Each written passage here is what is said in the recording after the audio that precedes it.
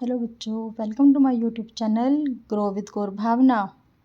6th standard math 9th chapter symmetry 9.2 worksheet second figure it out. इस question में हमें एक फिगर दिया है, उसके अंदर हमें बताना है 3 एंगल्स ऑफ सिमेट्री। तो हम 360 डिग्री को 3 से डिवाइड करेंगे, फिर हर एक एंगल 120 का निकलेगा। 3 एंगल्स 120 के होंगे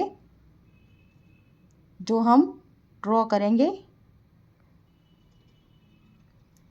तो ये 3 एंगल्स के पॉसिबल है सिमेट्री के लिए, शेडेड कर दिया है हमने। इस तरह 4 एंगल्स ऑफ सिमेट्री बतानी है तो वो भी पॉसिबल है। 90 डिग्री का हर एक एंगल होगा।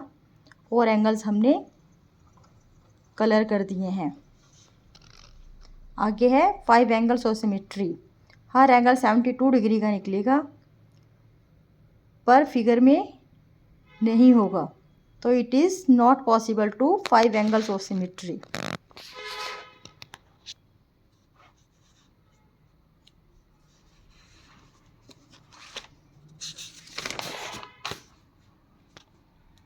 इस तरह 6 एंगल्स ऑफ सिमेट्री बतानी है।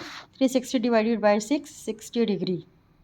तो 60 डिग्री के हमने 6 एंगल्स दिखा दिए हैं शेडेड करके, तो ये पॉसिबल है। इस तरह अगले क्वेश्चन में हमें बताया है कि हमने एक इक्विलैटरल ट्रायंगल बनाई है जिसके 3 लाइंस बराबर हैं और एंगल्स भी बराबर हैं। तो इनको हमने 360 से डिवाइड करा, 3 एंगल्स को 120।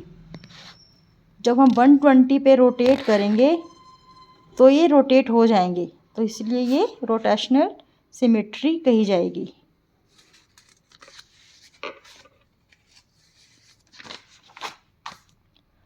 अगले क्वेश्चन में एक रेगुलर हेक्सागन है जिसकी 6 इक्वल साइड्स हैं।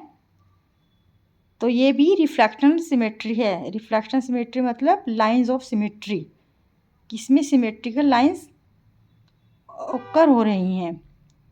अब हमने एंगल का देखना है। एंगल के लिए हमें 360 को 6 से डिवाइड करेंगे, 60 डिग्री। तो ये रोटेट करेंगे तो ये भी 6 टाइम रोटेट करेंगे, तो ये पॉसिबल है, तो इसलिए ये भी रोटेशनल सिमेट्री है। अगले क्वेश्चन में हम इक्विलैटरल ट्रायंगल ड्रॉ करेंगे। उन्होंने पूछा है कि 2 लाइंस ऑफ सिमेट्री बतानी है। तो इक्विलैटरल ट्रायंगल की तीनों लाइंस बराबर होती हैं, तो तभी ये 120 के एंगल पे रोटेट हो जाएंगी, इसलिए ये एंगल्स ऑफ सिमेट्री भी है। आगे हमें 1 लाइन ऑफ सिमेट्री बतानी है, तो हम आइसोस्केलस ट्रायंगल बनाएंगे। आइसोस्केलस ट्रायंगल जिसकी फ्रंट की 2 अपोजिट साइड्स बराबर होती हैं, तो इसमें एक लाइन ऑफ सिमेट्री होगी। तो एंगल के लिए हम देखेंगे 60 डिग्री से, पर जब हम रोटेट करेंगे तो एंगल ऑफ सिमेट्री नहीं बनेगी, तो इसीलिए ये रोटेशनल सिमेट्री पॉसिबल नहीं है, बस लाइन ऑफ सिमेट्री है। आगे एक कोऑर्डिनेटर दिया हुआ है, जो कोऑर्डिनेटर हमने पैरेललोग्राम लिया है, क्योंकि पैरेललोग्राम के अपोजिट साइड्स इक्वल भी होती हैं और पैरेलल भी होती हैं। तो हमें 4 एंगल्स होते हैं इसमें, 360 को 4 से डिवाइड किया, 90 डिग्री। अब जब हम इसको 90 डिग्री पे रोटेट करेंगे तो पाएंगे कि ये रोटेट हो जाती है, इसीलिए यह रोटेशनल सिमेट्री होगी। पर इसमें कोई लाइन ऑफ सिमेट्री नहीं है, इसलिए यहाँ पर नो रिफ्लेक्शन सिमेट्री है। अगले फिगर आउट में एक कोऑर्डिनेटर है, जो कोऑर्डिनेटर हमने ट्रापिज्म बनाया है। ट्रापिज्म की अपोजिट साइड्स आर पैरेलल होती हैं और दूसरी अपोजिट साइड्स आर डिफरेंट होती हैं। तो इसमें हमें रिफ्लेक्शन सिमेट्री देखना है।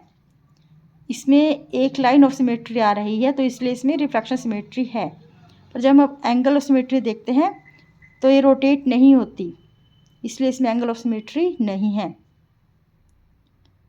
इसी तरह एंगल दिए हुए हैं फिगर में, 60 डिग्री का एंगल है, तो उन्होंने बताया कि सिमेट्री हैं सभी एंगल्स। तो नेक्स्ट एंगल्स कौन से होंगे? फर्स्ट 60 है तो नेक्स्ट 120, 180, 240, 300 और 360 होंगे।